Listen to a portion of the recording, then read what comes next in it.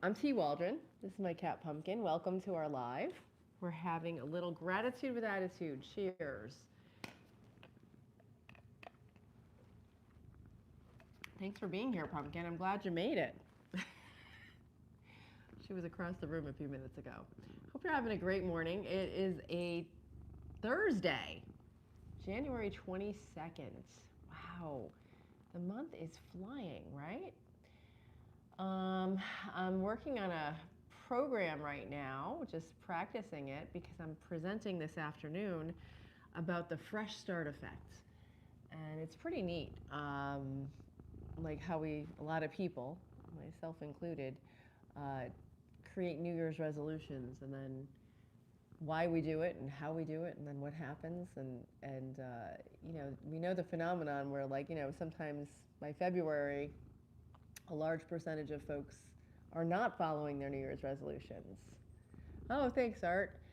Yeah, so it's really interesting. There's a lot of psychological aspects to it, and I'm just very happy to be talking about that because I think a lot of people feel as though why don't we follow through on our resolutions? And there's some psychological reasons to it, which we won't get into.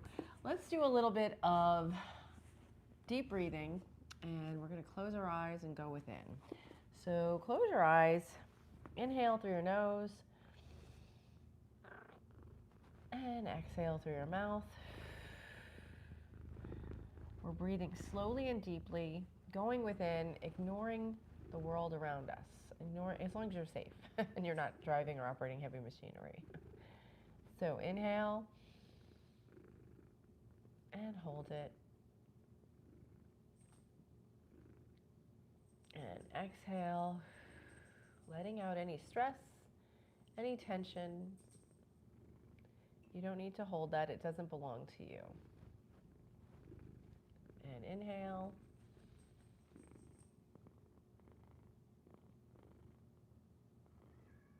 And exhale.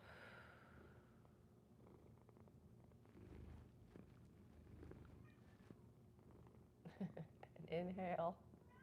We're ignoring all the external senses, such as cats meowing in the distance. We're going within.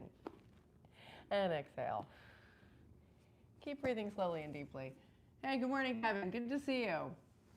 Yeah, so yesterday I read from this book, Breaking the Habit of Being Yourself by Joe Dispenza.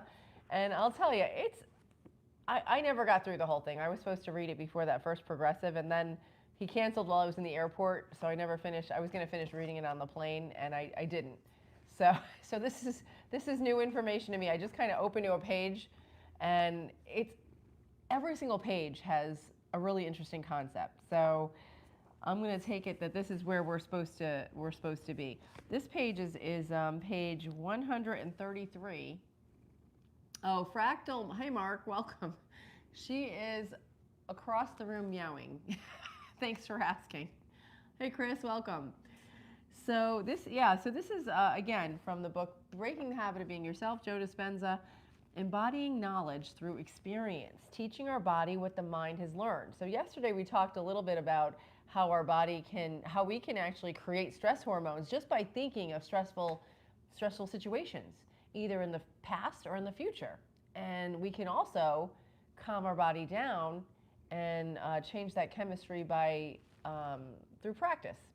So this kind of goes hand in hand with that. I was happy that this page opened up.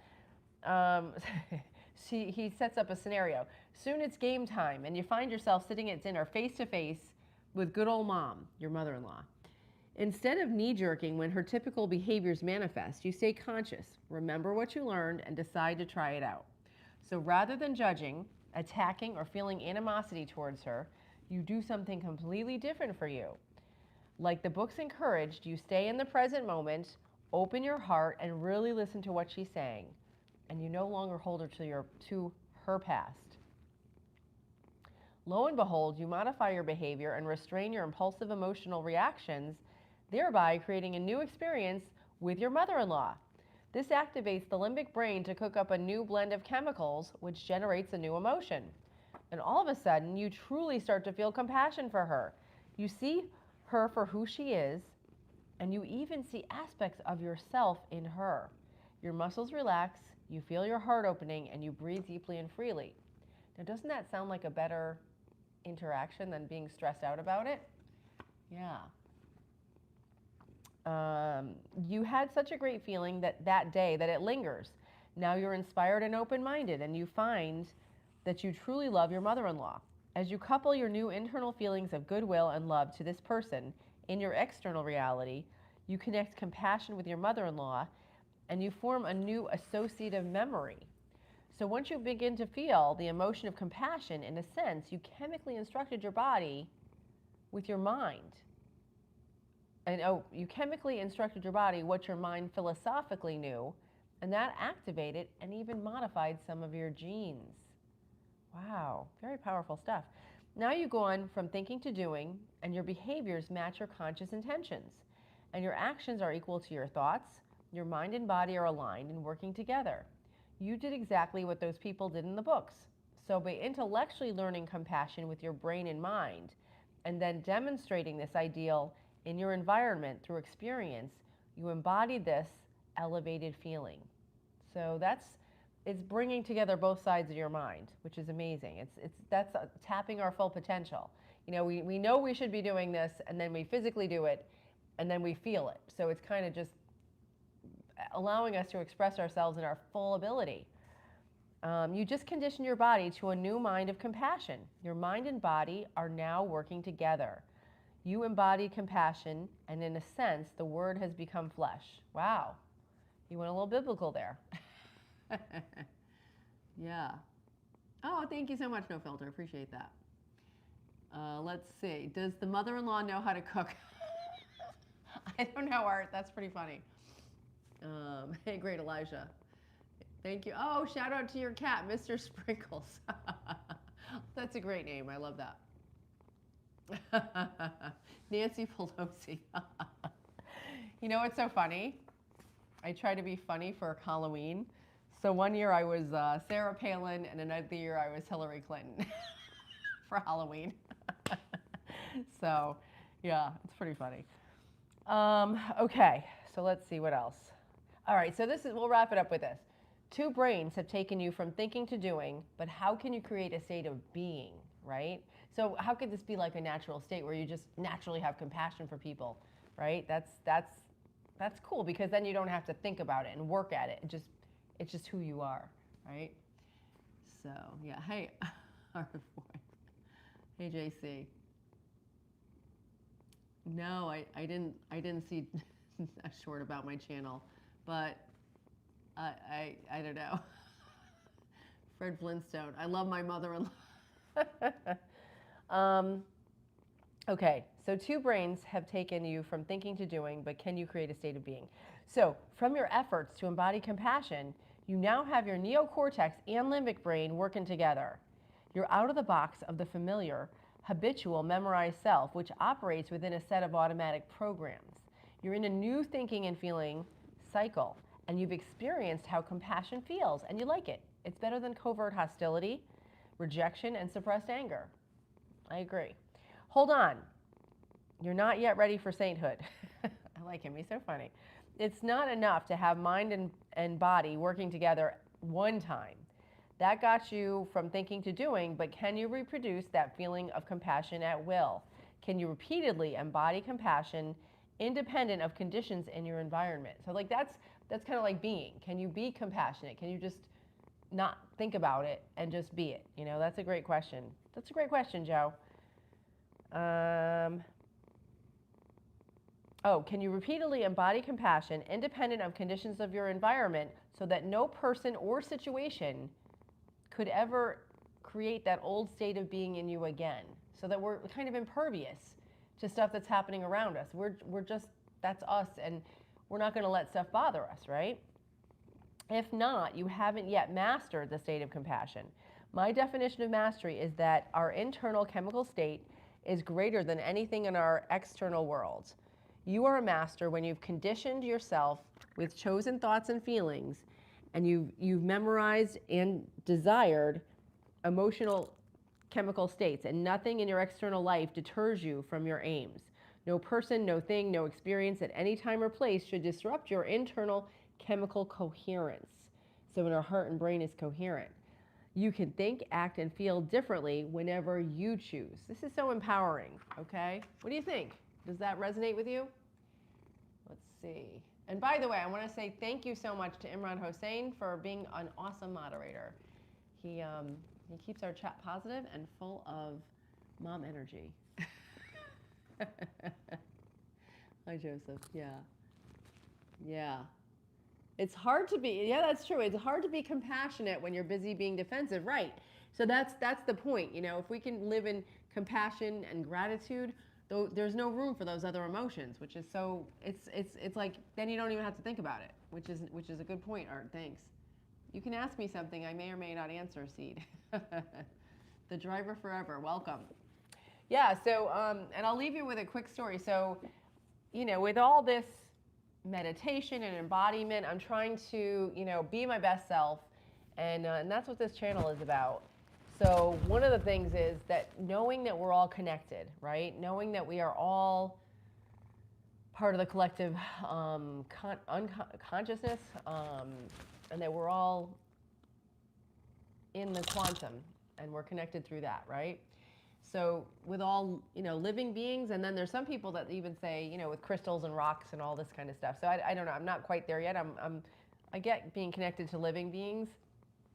So I've been trying to like not let myself get freaked out by like even like little bugs. I mean, like innocent one, like a little fruit fly. Okay, so one of them flew on my computer the other day, and I smashed it without even thinking. And I'm like, you know what? If I'm really saying I want to be part of this whole collective, you know, oneness, then I really shouldn't be killing these little, you know, gnats or whatever. You know, it's just one little guy. It wasn't like an infestation or something.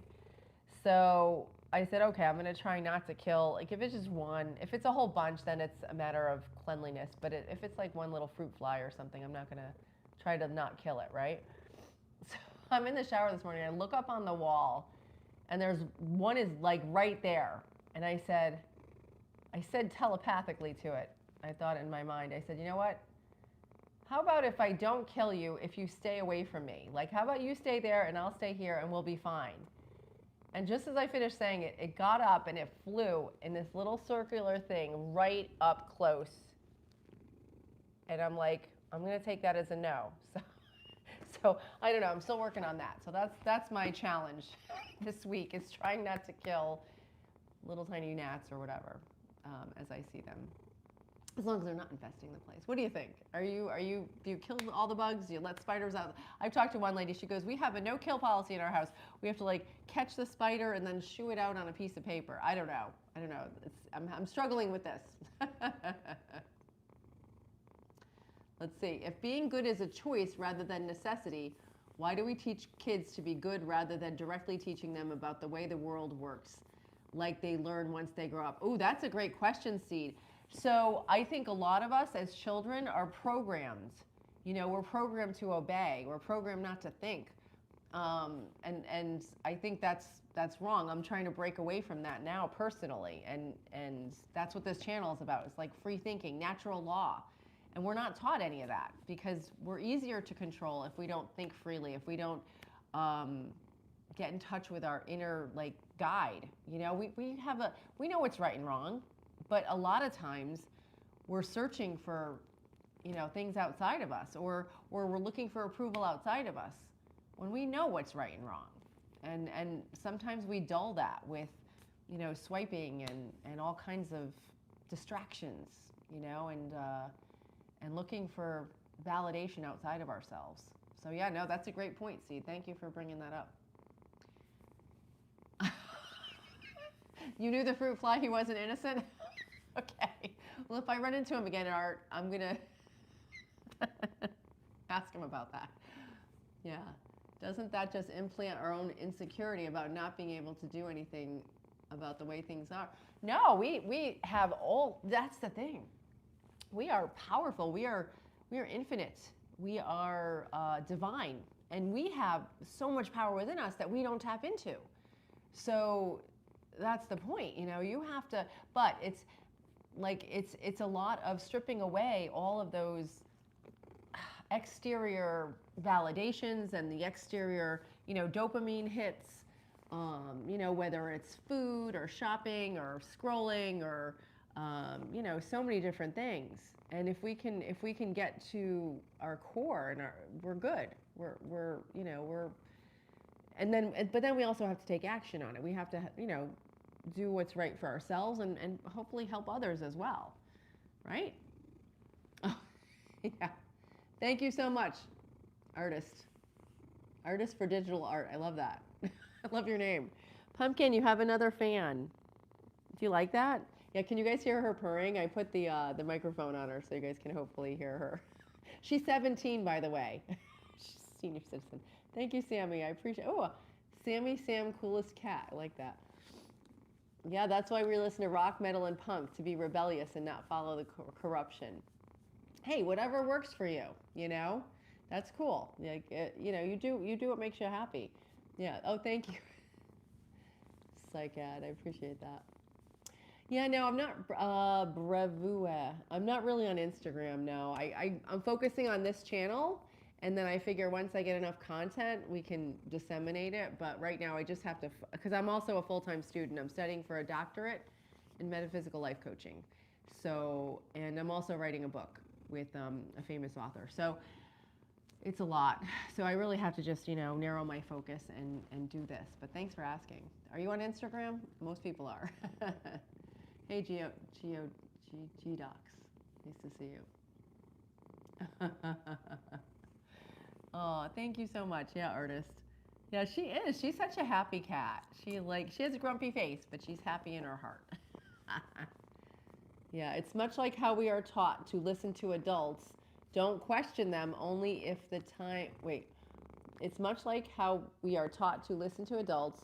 Don't question them, only this time we learn as we grow. They too were lost in front of the world as much as the child was in front of the parent. Wow, that's very deep. Yeah, you know, we are raised by parents who maybe didn't do this internal work and they didn't know that they needed to. They just grew up as their parents taught them. So we have these, you know, we've been growing up and not knowing our power, and, you know, maybe relying on making money or a church or a, you know, exterior validations and things that give us, we're seeking for peace outside of ourselves, which is a waste of time, and it's a waste of our energy, and it's a waste of our love, you know. Please, I hope you all love yourself, and then I hope you can share that and help others. Yeah, thanks, artist. I appreciate your thoughts up. I know, right? Casbah, she does. She's pretty much excited because she knows breakfast is around the corner. All right. Well, I hope you guys have a great rest of your day and or evening. And we're gonna head out. I'm going to teach my Tai Chi class, so I thought I'd wake them all up with this bright pink color. But I hope you have a great day, and thank you so much. Oh, I don't know. Yeah, God bless you. Thank you so much. I hope you guys, yeah, check out my channel. I've got a lot of different, as soon as I learn something, I try to make a video about it. So that way, you know, you kind of can be aware of what the, you know, growth I'm going through in my journey, and hopefully it'll help you. So thank you so much. Take care. Have a great day. From myself to yourself, thank you for joining us on this journey. Right, Pumpkin?